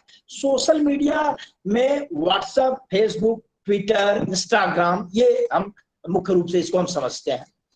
देखिए, ये जो प्लेटफॉर्म है, फेसबुक हुआ, व्हाट्सएप हुआ, इसका कोई संपादक नहीं है। मतलब जैसे इसमें आप डाल देते हैं, अच्छी है रचनाएं हैं, बुरी रचनाएं हैं, उसे कोई देखने वाला नहीं है। तो ये एक अनगाइडेड, अनएडिटेड, उसका उसकी कोई दिशा भी नहीं है। तो ये एक, मतलब एक साहित्य अगर इसे कहा भी जाए तो एक साहित्य का जंगल हो गया है ना। उस जंगल में आपको बड़े मुश्किल से फलदार वृक्ष जो है, ये आप अच्छे फल ढूंढने पड़ेंगे, है ना। एक जंगल सा है, उसमें आप ढूंढ रहे हैं। तो मैं इसे मतलब गंभीर साहित्य नहीं मानता हूँ, क्योंकि ट्विटर की एक सीमा है। अब ट्विटर पर आप क्या कर पाएंगे, लेख तो दे नहीं पाएंगे, वो कुछ शब्दों की सीमा है। इंस्टाग्राम तो फोटो ही देता है। फेसबुक पे जरूर आप कुछ डिस्कशन कर सकते हैं, लेकिन अंततः जब तक ये, देखिए मैंने समालोचन इसीलिए शुरू भी किया था कि जब शुरू में फेसबुक पर कविताओं की बाढ़ आ गई तो उसमें पता ही नहीं चलता था कि भाई ये क्या चीज है, कहाँ से आ रही है, कैसी कविता है, अच्छी कविता है। तो उसमें ये हुआ कि भाई ये कोई इसका कहीं संपादक तो हो जो उसमें छांटे भी ये साहित्य और या नहीं साहित्य, और उसका एक मानकीकरण हो और उसके माध्यम से उसे प्रस्तुत किया जाए, पत्रिका के रूप में प्रस्तुत किया जाए। तो सोशल मीडिया का जो साहित्य है उसकी ये तीन विशेषताएं हैं। अनएडिटेड है, ठीक है, उसकी कोई दिशा नहीं, बिना दिशा का है, और वो बहुतायत से है, ठीक है। तो ये इसकी कमियां भी। तो ये हम एक फौरी तौर पर एक हम रख सकते हैं, एक प्रचार के लिए रख सकते हैं, लिंक शेयर कर सकते हैं, लेकिन अंततः साहित्य के लिए हमें तो फिर जो इसमें गंभीर काम हो रहे हैं उधर ही जाना पड़ेगा। बहुत बहुत धन्यवाद सर जी। ऐसा है कि और एक जिज्ञासा है मेरे सामने जी। मैं आपको यहाँ नाम नहीं बताऊंगा, किंतु बड़े बड़े लेखक आप फेसबुक पर अपना ब्लॉग डाल करके लिख रहे हैं, व्हाट्सएप में ब्लॉग लिख करके, जैसे मैं बता देता हूँ, कई दिनों से यहाँ कलकत्ते में चर्चित हो रहे हैं हमारे डॉक्टर अमरनाथ जी, वो फेसबुक पर लिखते हैं आज जिसका जन्मदिन है, यानी समालोचक आज जिसका जन्मदिन है, इस प्रकार के कई दिनों से लिख रहे हैं। और उसमें हम लोगों को क्या है कि एक प्रकार की सूचनाएं मिल जाती हैं, किंतु आपने सही कहा, जो गंभीरता समालोचक में हमें मिलती है, जो गंभीरता संपादित पत्रिकाओं में मिलती है, सचमुच ये सोशल मीडिया के साहित्य जिसे कहा जा रहा है साहित्य है तो वह साहित्य है, उसमें हम लोग को गंभीरता नहीं मिलती है। आपने बहुत अच्छा आपका विचार है सर, प्रणाम। और हम लोग इसी प्रकार जुड़ते रहेंगे। और गंगा कावेरी ने तो, मैं गंगा किनारे हूँ और सर लोग कावेरी किनारे हैं। बहुत नमस्कार सर, प्रणाम। धन्यवाद, धन्यवाद चक्रधर प्रधान जी। और कोई मित्र आज का जो विषय है, इस विषय से संबंधित कोई भी जिज्ञासा या अपना विचार या सवाल जो कुछ भी पूछना चाहते हैं? जयशंकर जी हमसे कह रहे थे कि हो सकता है आपको कविता सुनानी पड़ जाए, तो चूंकि यहाँ सारे लोग हिंदी से ही जुड़े हुए हैं, हिंदी के अध्ययन अध्यापन से, तो चूंकि मैं कवि हूँ और कवि जो है अपनी कविता सुनाने का मोह जो है जल्दी से मोह जो है संवरण नहीं कर पाता है, तो मैं अगर आपकी इजाजत तो अपनी एक कविता जो कि हमारे हिंदी साहित्य से भी जुड़ी हुई है वो मैं सुनाना चाहूँ। जी जी, आपकी कविता तो सुने बिना जो है ये संपूर्ण नहीं होगा। एक जिज्ञासा मेरी थी, मैं चाहता हूँ उसका शमन कर दें तो फिर कविता आगे सुनते हैं। बिल्कुल बिल्कुल, हाँ बताएं। ये जिज्ञासा है कि हिंदी में इस तरह के जो प्लेटफॉर्म हैं, जो चाहे वो कविताकोश.org हो या hindismay.com हो, या नीलाभ जी ने जो शुरू किया है पत्रिकाओं को ऑनलाइन प्लेटफॉर्म, उनका जो है वो कौन सी वेबसाइट है, notnal.com, या आपका समालोचन है, इस तरह के गंभीर जो काम हुए हैं उसमें से मतलब किन कामों को आप जो है ये कहेंगे कि ये बहुत स्तरीय हैं हिंदी में, जो बहुत जरूरी हुए हैं? थोड़ा सा हम ये जानना चाहते थे। जी जी। और दूसरा ये है कि जो इस अभी चक्रधर प्रधान जी जो पूछ रहे थे, तो उसमें जब स्तरीयता और विश्वसनीयता नहीं होगी, जब तक कोई संपादन नहीं करेगा, तो वो तो आपने एक ही वाक्य में उसको स्पष्ट कर दिया कि तो साहित्य का फिर जंगल होगा। जी। तो ये मैं जानना चाहता था कि हिंदी में और जो काम हुए हैं उनमें आप किन कामों को यहाँ पर रखना चाहेंगे, थोड़ा सूत्र रूप में ही? बिल्कुल बिल्कुल। इस माध्यम में जिस काम से मुझे बहुत संतोष होता है वो है दरअसल उर्दू का, लेकिन है वो देवनागरी में। रेखता ने एक स्टैंडर्ड सेट कर दिया है, हालांकि वो एक व्यावसायिक प्रतिष्ठान है और उसमें पेड लोग रहते हैं, उनके पास संसाधन है, लेकिन आज अगर आप कोई शेर, कोई गजल, कोई शब्द देखना चाहें उर्दू का, तो रेखता से बेहतर कुछ नहीं। उसका ही एक हिस्सा हुआ है हिंदवी अभी जल्दी ही शुरू हुआ है, उसमें भी अच्छा काम हो रहा है, लेकिन उसमें अभी और जरूरत होगी, तो उसको भी मैं मान सकता हूं कि उसमें जो चीजें आ रही हैं क्योंकि उनके संपादक हैं और वो एक विश्वसनीय है। कविता कोश आप जानते हो वॉलेंटियर्स के द्वारा चलता है, कविता कोश का कोई एक संपादक नहीं है। कविता कोश से आप जुड़ गए और आपने फेसबुक पे अरुण देव की कविता पसंद की और उठा के अरुण देव में डाल दी। उसमें कई बार ये होता है कि अरुण देव के नाम पे वरुण देव की कविता चली जाती है, ठीक है। अब उसमें बाद में जब अरुण देव जाके उसको देखते हैं, कहते हैं अरे हमारी कविता नहीं है, ये तो वरुण देव की कविता हो गई। तो फिर वो उनको बताते हैं कि भाई यार ये वरुण देव की कविता अरुण देव के नाम से छप गई है, इसे तुम हटा दो भाई। तो उसमें दिक्कत है, लेकिन उसमें भी बहुत सामग्री है, वो भी हमें बहुत उपयोगी मिलता है और हम तमाम उसमें चीजों को देख लेते हैं। काम तो उनका भी अच्छा है। हिंदी समय ने भी अच्छा काम शुरू किया था, वो परियोजना पता नहीं क्यों उन्होंने बंद कर दी। लेकिन हिंदी समय में भी एक स्टैंडर्ड था, उसमें स्पेलिंग वगैरह वो ठीक रहते थे और सामग्री भी उसमें विश्वसनीय था, तो वो भी एक अच्छा काम हुआ था। तो ये कुछ ऐसे काम है जो हमें लगते हैं कि भाई जिसका हमें उल्लेख करना चाहिए और जिनका एक मतलब है। तो यही कुछ चीजें ऐसी हैं जो ठीक है, मतलब ठीक ठाक है। लेकिन सबसे नंबर 1 पे अगर मुझे कोई रखने के लिए कहेगा तो मैं रेखता को रखूंगा। बहुत ही जी बढ़िया काम है। जी जी जी, धन्यवाद। और इसी के साथ जुड़ा हुआ एक सवाल ये भी कि ये आप समालोचन निकाल रहे हैं, पूर्णतः अव्यावसायिक है ये। आप जी किसी सरकारी गैर सरकारी संस्था से आप कोई आर्थिक सहयोग नहीं लेते हैं, जी और ये आपकी जो टीम है, मतलब जो तकनीकी टीम है, आप इसका आपका निजी प्रयास है, आपका कोई एक मंडल है जो इस तरह का काम कर रहा है, जी तो इसे कैसे संभव कर पाते हैं इतने इस काम को? आपने वैसे ये संकेत किया कि 8-10 घंटे में काम करता हूँ, थोड़ा सा इस पर बता दीजिए, फिर तो जी मैं आपकी कविता सुनने के लिए पहले ही निवेदन कर चुका हूँ। जी जी जी। अब ये बिल्कुल एक आश्चर्य का विषय है कि इस पत्रिका के चपरासी से लेकर संपादक मैं ही, ठीक है, मतलब अपने कमरे में आके साफ सफाई मैं ही करता हूँ, ठीक है। उसके बाद अपना कंप्यूटर खोल के जो मेरे पास अंक आए होते हैं उन अंकों को देखना, उन्हें वापस करना, वो एक संपादक का उत्तरदायित्व हो गया। प्रूफ का भी काम मैं करता हूँ, हालांकि प्रूफ की तमाम गलतियां फिर भी रहती हैं, लेकिन ये कि कोई बताता है तो मैं उसे ठीक कर देता हूँ। फिर उसके बाद उसके पोस्टर का, यानी उसका जो क्रिएटिव संपादक होता है वो भी काम मुझे ही करना पड़ता है, वही मैं ही बनाता हूँ। उसका जो रिसर्च है कि भाई वो आदमी, उसके बारे में और जानकारी कैसा है, उसका परिचय वगैरह, उसके कौन से फोटोग्राफ्स जाएंगे, वो सारा काम वो खुद ही मैं करता हूँ। तो फिर उसके बाद डाकिए का भी काम, मतलब उसके लिंक आप तक भेजने का काम, तो ये सारा काम मैं करता हूँ। ये जो हमारी जो वेबसाइट है, इस वेबसाइट की देखभाल एक कंपनी करती है।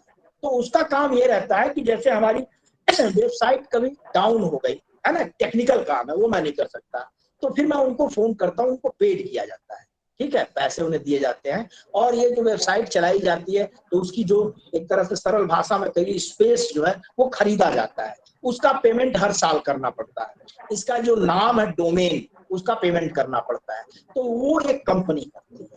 मतलब वो उसका एक टेक्निकल जो मामला है, कभी गड़बड़ी है तो वो करती है, लेकिन रोज का जो मेरा काम है वो मैं ही करता हूँ। तो एक तरह से ये मैं ही से चला रहा हूँ इसमें। और आपने ठीक कहा कि भी इसमें हम किसी की मदद नहीं लेते हैं। हाँ, ये जरूर है कि अगर कोई मित्र व्यक्तिगत रूप से इसमें कोई सहयोग करना चाहे तो उसका एक अकाउंट नंबर रहता है, तो वो अपना सहयोग करना चाहे तो वो कर सकते हैं, लेकिन हम किसी से मांगते नहीं हैं और किसी सरकारी गैर सरकारी संस्था से हम इसमें मदद नहीं लेते। तो एक कह सकते हैं कि 1 मैन आर्मी टाइप का ये एक मामला है। हाँ जी जी, बहुत बहुत धन्यवाद। और अब मैंने हाँ हाँ, और कोई अगर कोई हाँ, सवाल एक हो तो। एक प्रश्न मेरा भी है। मैं शैलेंद्र मिश्र। जी डॉक्टर साहब, आवाज जा रही है? हाँ, आ रही है सर, आ रही है। अच्छा। अरे बहुत सार्थक और बड़ा ही समकालीन व्याख्यान आपका रहा है। जी इसमें जो बातें भी चर्चा में आई हैं, बाकी जो जी चीजें आपने बताई हैं वो तो एक तरह से सब सत्य ही बताई हैं, लेकिन जो द्वंद्व क्रिएट हुआ है बातचीत में, उसमें एक सोशल मीडिया बनाम डिजिटल जो है साहित्य, हाँ उसमें आपने कहा कि जो सोशल मीडिया का साहित्य है वो असंपादित, अनिर्देशित, अनियंत्रित और बहुतायत मात्रा में मिल जाता हाँ हाँ हाँ। है। एक प्रक्रिया वो है, क्योंकि वाचिक, मौखिक और फिर मुद्रित से हम यहाँ तक आए हैं। जी ऐसे में अगर ये एक नया युग है जहां जी पर सारी वाचिक परंपरा, मुद्रित परंपरा और जो है डिजिटल, ये डिजिटल, सारी पत्रिका, जो सारे माध्यम एक साथ आ रहे हैं। तो बिल्कुल।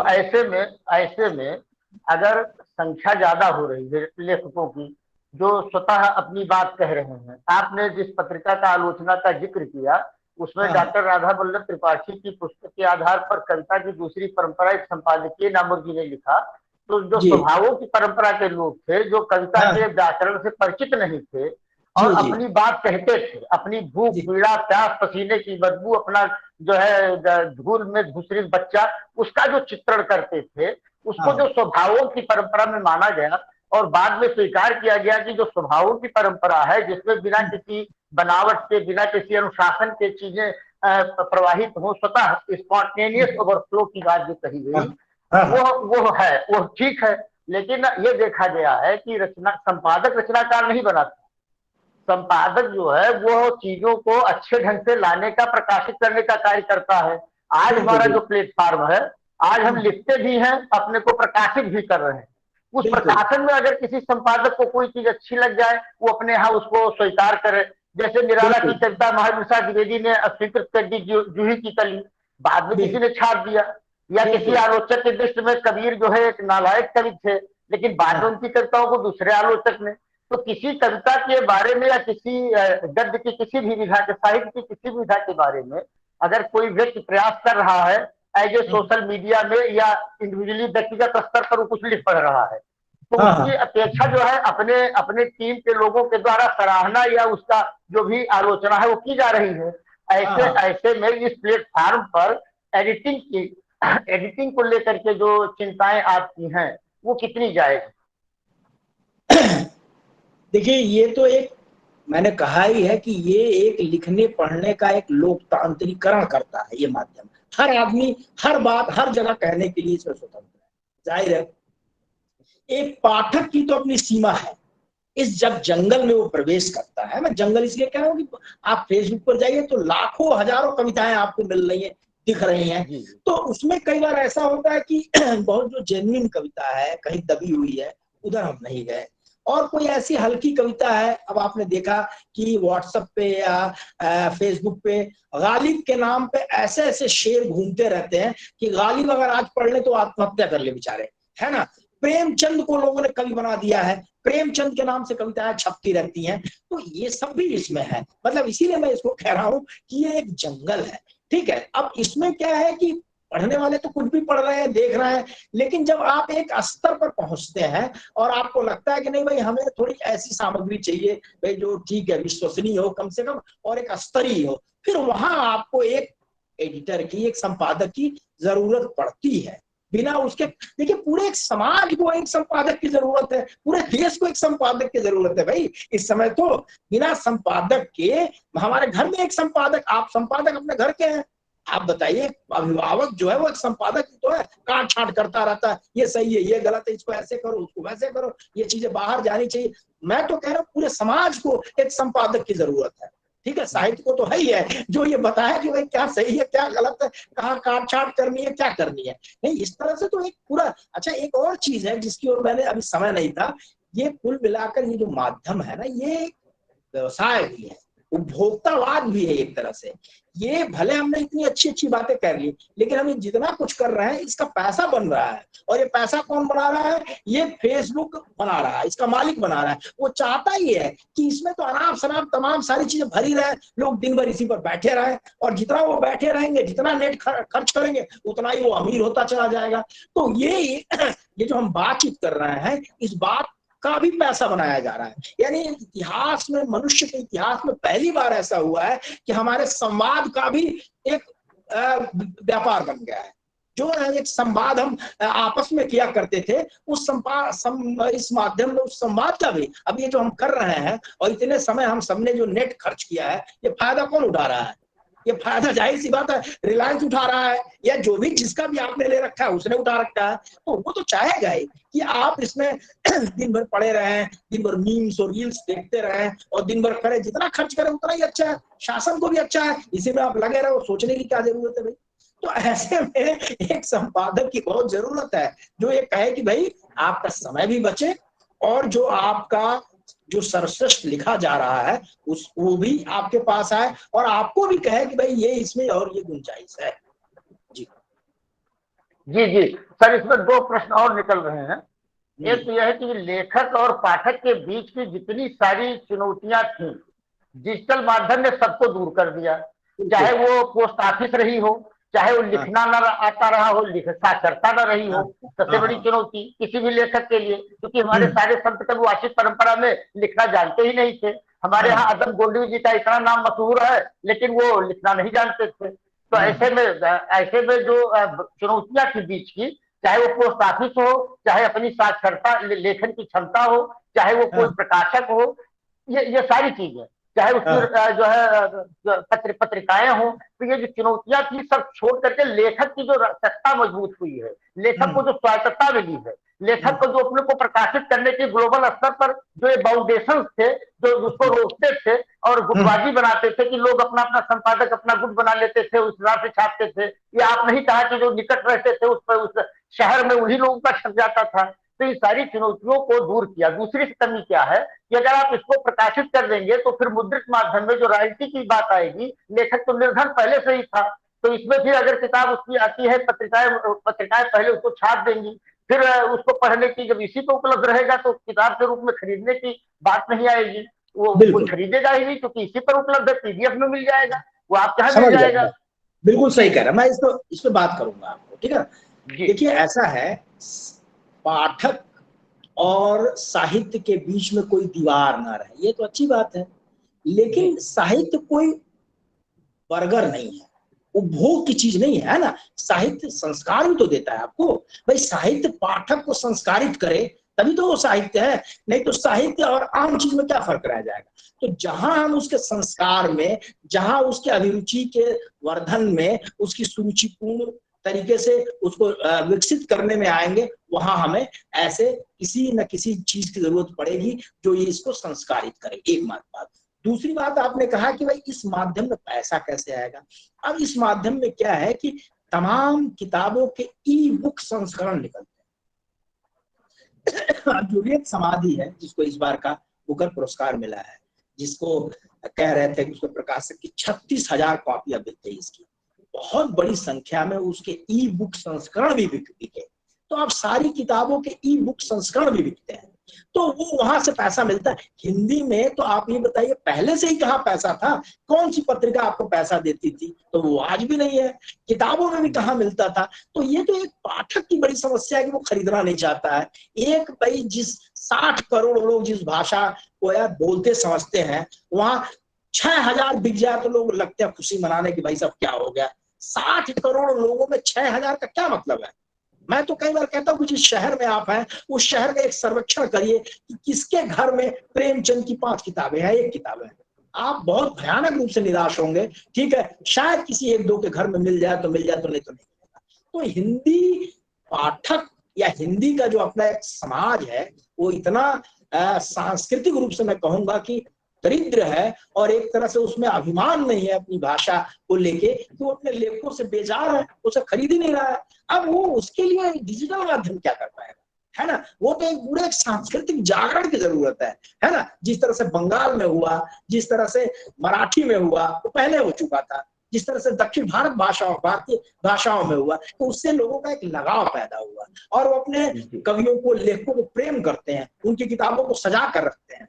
आप बैठे हुए हैं पश्चिम बंगाल में, कोई शायद ऐसा घर मिले आपको जहां रविन्द्रनाथ टैगोर की किताबें ना हो, और यहाँ शायद ही कोई ऐसा घर मिले जहां प्रेमचंद की किताब मिलेगी आपको, जो आपके जातीय लेखक हैं। तो आप क्या करेंगे आप, है ना। हाँ, धर्म से अगर वो जुड़ जाए तो है, हर घर में आपको रामचरितमानस मिलेगा, लेकिन वो साहित्य की दृष्टि से लोग नहीं पढ़ते हैं, उसको धार्मिक दृष्टि से पढ़ते हैं, बस रट लेते हैं, सुना देते हैं, किसी को नहीं पता है। तो ये तमाम सारी चीजें। जी सर, लेकिन जो इसके अंदरूनी संसार है हमारा डिजिटल वर्ल्ड जो है, उसमें डिजिटल डिवाइड की बड़ी चर्चा हो रही है। जैसे हमारे यहाँ अमीर गरीब, तो ये जो डिजिटल डिवाइड है इसको भी हमें समझने की जरूरत पड़ेगी, क्योंकि फिर जो है एक बड़ी समस्या खड़ी हो जाएगी। जी, तो समाज और सामाजिक और आर्थिक आधार पर जिस तरीके से जिस देश दुनिया में जहाँ पहले तकनीक आ चुकी है, जहाँ पहले से सारी चीजें हो रही हैं, वहां भी समाज 2 वर्गों में बट रहा है। एक जो इस तरह का संपन्न समाज है, दूसरा इससे जो बिल्कुल मुक्त समाज है। तो ये भी एक बड़ी समस्या खड़ी होगी डिजिटल माध्यम में साहित्य के, इस पर भी सर आपको ध्यान रखना होगा। बहुत अच्छा सवाल उठाया आप। ये बताइए, हम अपने साहित्य में हमेशा से सर्वहारा गरीब की बात करते हैं, लेकिन मेरा ये मानना है, मुद्रण के संदर्भ में कह रहा हूं, कि साहित्य एक मध्यवर्गीय परिघटना है।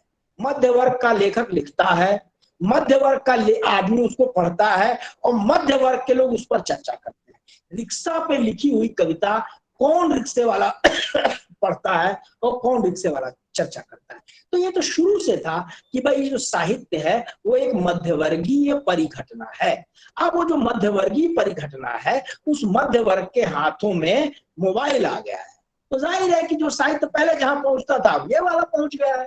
ठीक है, लोगों के पास कुछ नहीं है लेकिन मोबाइल पहले खरीद रहे हैं। सवाल इसका नहीं है, सवाल ये कि कैसे हम उनको साहित्य की ओर ले जाएं। इतना प्रचार प्रसार और इतनी सब कुछ होने के बावजूद भी अभी भी जितनी संख्या में लोगों तक पहुंचना चाहिए नहीं पहुंच रहा। हर हाथ में मोबाइल है। अब आप देखिए, सीधा सा एक तरीका है कि आप फेसबुक पर कोई मीम्स या कोई रील देखिए, उस पर लिखा होगा 425,000 लोगों ने उसे देख रखा है, यानी वो लोग हैं, हिंदी में ही है।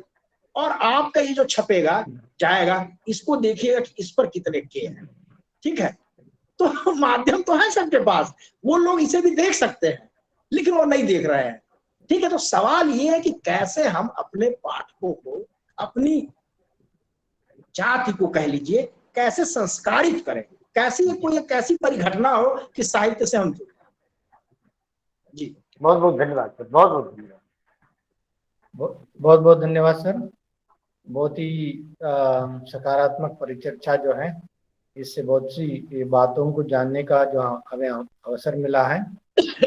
और एक किसी का कोई सवाल हो तो एक सवाल ले लेते हैं। कोई सवाल या जिज्ञासा या कुछ अपना विचार या कुछ भी जानना चाहते हो तो आपका स्वागत है। अंतिम सवाल है और इसके साथ हम आगे बढ़ते हैं। कविताएं जो है सुननी है अरुणदेव जी की। हाँ, कविता जरूर सुनाऊंगा, एक कविता जी जरूर जरूर, आपका स्वागत है सर। ये क्योंकि हम सारे लोग हिंदी के पठन पाठन से जुड़े हुए हैं, तो एक कविता मैंने लिखी है सुजान शीर्षक से, और इस कविता का ख्याल मुझे मूल्यांकन के समय आया, जिसका इसमें जिक्र है। हम चूंकि सब अध्यापक भी हैं, पढ़ाने के साथ साथ हम मूल्यांकन भी करते हैं, तो ये चीज मैं मानता हूं कि आप सबको खटकी हो, लेकिन जब मुझे ये खटकी तो मैंने इस पर कविता लिखी। तो वो मैं, अगर आपकी आज्ञा हो तो इसे मैं प्रस्तुत करूं। जरूर जरूर सर, जरूर, स्वागत है आपका। सुजान कौन थी? सुजान कौन थी प्रश्न पत्र में एक विकल्प वेश्या भी है, और उत्तर पुस्तिकाएं इसी से भरी है। सुजान कौन थी प्रश्न पत्र में एक विकल्प वेश्या भी है, और उत्तर पुस्तिकाएं इसी से भरी हैं। मैं पलटता हूं हिंदी के सबसे बड़े आलोचक रामचंद्र शुक्ल की किताब और ठिठक जाता हूं, यह स्त्री यहां भी वेश्या ही कही गई है। आखिर कौन है सुजान? हमारे शब्दकोश में नर्तकियों, गायिकाओं के लिए क्या यही शब्द है? यह हिंदुस्तान में 18वीं शताब्दी की शुरुआत थी। कलाओं के प्रिय मुगल सम्राट नसीरुद्दीन मोहम्मद शाह का समय था, जो रंगीले के नाम से इतिहास में न जाने क्यों बदनाम हो गया। यह वही दरबार था जहां ध्रुपद और धमार की मर्दानी गायकी के बीच नाजुक चंचल ख्याल ने पंख फैलाए। संगत के लिए सितार और तबले बनाए गए। आनंद घन सुजान से इसी दरबार में प्रेम करते थे। प्रेम भी ऐसा जिसे समझने के लिए चाह के रंग में भीगा हृदय चाहिए, और सुजान जिसके सामने चंद्रमा फीका पड़ जाता था, कमल मलिन हो जाते थे और अलंकार असहाय। उसका प्रेमी कवि यह कहते नहीं थकता कि कैसे करूं जिक्र कि दृष्टि चकित है और मति मंद पड़ गई। कहा जाता है कि दरबार की साजिशों के शिकार होकर घनानंद वृंदावन चले गए। वहां भी उन्हें सुजान तुर्कनी का सेवक कहकर लज्जित किया जाता रहा। रकीबों के बीच सुजान अकेली रह गई, वैरागी हो गए घनानंद। जिनके बीच कभी हार भी पहाड़ की तरह होते थे, जिनके बीच कभी हार भी पहाड़ की तरह होते थे, अब उनके बीच नदी नाले और जंगल थे। विरह के धुएं में घुटते हुए पवन से सुजान के पैरों की धूल की याचना करती आनंद घन की कविताओं ने अब उन्हें लिखना शुरू कर दिया। प्रेम की पीर से आबाद हुई 18वीं शताब्दी, पर यह समय कल्पना के उड़ान का न था, न ही अति सूधो स्नेह को मारक का था।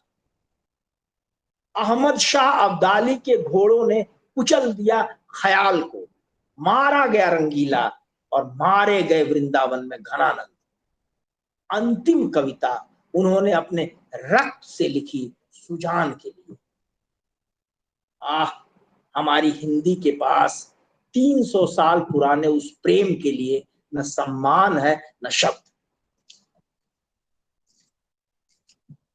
धन्यवाद, धन्यवाद। बहुत सुंदर, बहुत सुंदर, बहुत सुंदर, बेहतरीन, बेहतरीन, वाह वाह। ये कविता जो है मैंने प्राप्त हो गया मेरे ख्याल से अब। बहुत बढ़िया, बहुत बढ़िया, अद्भुत अद्भुत कविता है, बहुत सुंदर रचना सर। पूरा जो हमारा समाज शास्त्र है, हमारे समाज का जो उसका उद्घाटन है इस कविता में। और एक कविता का जिक्र मैंने आपसे किया था, वो अब पता नहीं आपको स्मरण है कि नहीं जी, जिसमें वो बर्बर महत्वाकांक्षा के बरक्स जो है विवेक को जागृत करने की बात है, और वो जो पीछे छूट गए हैं उनको हाथ बढ़ा करके संभालने की बात है। अब वो केवल भाव याद रह गए हैं। अब वो कविता आपने कही तो थी, मुझे ध्यान देने की। इस संग्रह मेरे पास जो संग्रह है वो ये है, मेरा जो नया संग्रह है ना, उत्तर पैगंबर। अब वो संग्रह फिर मुझे मेरे पहले संग्रह में है ना, अब वो संग्रह मुझे निकालनी पड़ेगी, तो खोजना पड़ेगा मुझे वो। फिर कभी हम मिलेंगे तो कविता निकाल के मैं रखा रहूंगा, सुना। जी जी बिल्कुल बिल्कुल, ठीक जी, धन्यवाद। ठीक है, धन्यवाद, आप सबका धन्यवाद। और अभी एक मिनट, अभी मैं इस कार्यक्रम की समाप्ति की ओर ले जाते हुए मैं डॉक्टर शैलेंद्र नाथ मिश्र जी से निवेदन करता हूं कि आज के इस कार्यक्रम की समाप्ति धन्यवाद देकर के करें। सर, आपका स्वागत है। बहुत बहुत धन्यवाद डॉक्टर मंजुनाथ जी। आज का जो व्याख्यान है वो हमको अपनी समकालीनता और साहित्य से पूरी तरीके से सुपरिचित कराता है। आज जिस डिजिटल वर्ल्ड में और जिस जो है भंडलीकरण के दौर में हम आप किसी भाषा और उसके साहित्य पर चर्चा कर रहे हैं, उसके भविष्य को लेकर के चिंतित हैं, उसके जो है जो घटक तमाम सारे हैं वो सारे खत्म होते जा रहे हैं। इन सारी चिंताओं पर आपने बड़े अच्छे ढंग से विचार किया है। आज लेखक और पाठक के बीच की सारी सीमाएं टूट गई हैं, लेकिन ये अनियंत्रित अगर रहेगा तो इसका भी भविष्य कहीं न कहीं जो है इस तरीके से ढूंढल हो जाएगा कि हमको आपने एक चीज ये बताई कि राष्ट्रीयता और समाज सुधार की भावना इसमें नहीं है। ये आजादी के पहले जो प्रिंट मीडिया में थी वही है, लेकिन जो प्रिंट मीडिया क्या, इसमें जो टेक्नोलॉजी के विशेषज्ञ हैं वो बताते हैं कि 2050 तक प्रिंट मीडिया पूरी तरीके से समाप्त हो जाएगी और पेपरलेस सोसाइटी और आपका जो बाउंड्रीलेस नेशन और पेपरलेस सोसाइटी, इसकी तरफ अगर हम बढ़ रहे हैं तो राष्ट्रीयता के बजाय आज का जो डिजिटल साहित्य है वो अंतरराष्ट्रीयता का वर्ण कर रहा है। हम नेटिजन में बदल रहे हैं, हम विश्व नागरिक में बदल रहे हैं, उससे ज्यादा बड़ी बात आ रही है। तो जो निगेटिव बात है कि राष्ट्रीयता नहीं है या कह लीजिए उसमें समाज सुधार की भावना नहीं है, तो उससे ज्यादा बड़ी बड़ी चीजें आएंगी। तो कुछ चीजें जो हमारे मानव जीवन में, दिनचर्या में और जीवनचर्या में या किसी देश की चर्या से बाहर हो जाएंगी, कुछ नई चीजें उसमें आएंगी। तो नए माध्यमों का जो प्रभाव है हमारे अपने दैनिक जीवन में, हमारी दिनचर्या में, जीवनचर्या में जो होने जा रही है, उस पर जो आपने चीजें बताई हैं बड़ी महत्वपूर्ण सामग्री है। एक चीज आपने और बताई कि मुद्रण सामग्री में दर्शनीयता की अपेक्षा नहीं थी, लेकिन पत्रकारिता में चित्रों का जो आगमन हुआ है वो बहुत पहले से हो गया था, और वहां पे एक एक चीज डिसाइडेड है कि किस स्थान पर कौन सी चीज रखने पे मनुष्य अपनी आंखों से ज्यादा देखेगा, उसके आधार पर उसका रेट तय होता है विज्ञापन का। इसलिए वहां पे तो दर्शनीयता बड़ी महत्वपूर्ण है, क्योंकि उसी से उनकी टीआरपी बनती है, उसी से विज्ञापन से उनका पूरा खर्चा चलता है। तो प्रिंट मीडिया में आकर्षण का बिंदु और देखने का जो तरीका है वो तो पैसे पर आधारित है, उसको तो वो निकाल ही नहीं सकते, हटा ही नहीं सकते। तो ऐसी चीजों को देखते हुए जो आपने ये डिजिटल साहित्य के बारे में बताया है सर, वो बहुत ही अच्छा है, और आपने तो अपने अनुभवों को जो शेयर किया है वो तो बहुत अच्छी बात है। ऐसे ही जो मुद्रण में पावर स्ट्रक्चर काम करता था वो आज काम नहीं कर रहा है। सामाजिक स्तर का जो विस्तार हो रहा है, हर माध्यम का अपना एक व्याकरण होता है, मुद्रण और डिजिटल सामग्री का आपसी तालमेल होना चाहिए। ये जो सूत्र आपने अंतः सूत्र दिए हैं डिजिटल साहित्य को नियंत्रित करने के, अपने अनुभवों के विराट अनुभव, जो 10 साल का आपका अनुभव है, और स्वयं आपने काम भी किया है पत्रकारिता के क्षेत्र में, सर्वोत्कृष्ट पत्रिकाएं सृजन और आलोचना दोनों क्षेत्रों में सरस्वती और आलोचना से आप जुड़े रहे हैं। तो ऐसे में आपकी जो बातें हैं वो आने वाले दिनों के साहित्यकारों के लिए, पाठकों के लिए, और आज जो इस मंच पर जुड़े हुए हमारे शोधक हैं, जो शोधार्थी हैं, उनके लिए बड़ी महत्वपूर्ण है, क्योंकि इन्हीं विषयों पर आगे शोध कार्य होने हैं। तो ऐसे में इस माध्यम का जो मुद्रण माध्यम को का विकल्प बन रहा है, और पूरी तरीके से उसको स्थगित भी कर सकता है, हटा भी सकता है, ऐसी कल्पना या संभावना वैज्ञानिकों के द्वारा व्यक्त की जा रही है। तो सारी चुनौतियों को समझते हुए हम एक नए यात्रा पर चल रहे हैं साहित्य के, जो साहित्य की असफलता पर भी विचार करें। मुझे लगता है कि साहित्य की असफलता पर भी विचार होना चाहिए इस डिजिटल साहित्य में, क्योंकि साहित्य हम लगातार लिखते जा रहे हैं और हमारे जीवन और देश और समाज और विश्व के भविष्य पर उसका या वर्तमान पर कोई प्रभाव न पड़ रहा हो। ऐसे में केवल लिखते रह जाने की सार्थकता पर भी, क्योंकि साहित्य की सफलता पर भी विचार काफी दिनों से चल रहा है। तो ऐसे में सबको समेटते हुए आपका जो आज का व्याख्यान है, जो वक्तव्य है, वो आदरणीय, मैं आपका आभार व्यक्त करता हूँ। इस माध्यम में आपने गंगा कावेरी व्याख्यान में समय निकाल करके अपना और आपने अवसर दिया इस विषय पर अपनी बात रखने का, तो हम लोगों के लिए बहुत ही उपयुक्त है। और हम अपने सारे विद्वानों और शोधार्थियों, आभासी मंच पर उपस्थित सभी साथियों की ओर से, और इस गंगा कावेरी व्याख्यानमाला के जो आधार स्तंभ है हमारे, गंगा और कावेरी के प्रतीक हैं डॉक्टर जयशंकर तिवारी और डॉक्टर जो है एस मंजुनाथ जी, इन दोनों लोगों के प्रति भी और दोनों संस्थानों के प्रति अपनी कृतज्ञता ज्ञापित करता हूँ। उन्होंने इस माध्यम का हम लोगों को उपयोग करके आगे से विद्वानों से जुड़ने का मौका दिया, कि देश और दुनिया से जुड़ करके हम अपनी बात पहुंचा सकते हैं, आपकी बातों से अपने जीवन को सार्थक बना सकते हैं, अपने अभियान को सही दिशा दे सकते हैं। बहुत बहुत धन्यवाद सर, बहुत बहुत धन्यवाद। आभार आप सबका। बहुत बहुत धन्यवाद सर, धन्यवाद देने के लिए आपको भी बहुत बहुत धन्यवाद। आपका भी इस कार्यक्रम में बहुत सहयोग रहा है, आपको भी धन्यवाद। और इसके साथ हम इस कार्यक्रम की समाप्ति की घोषणा करते हैं।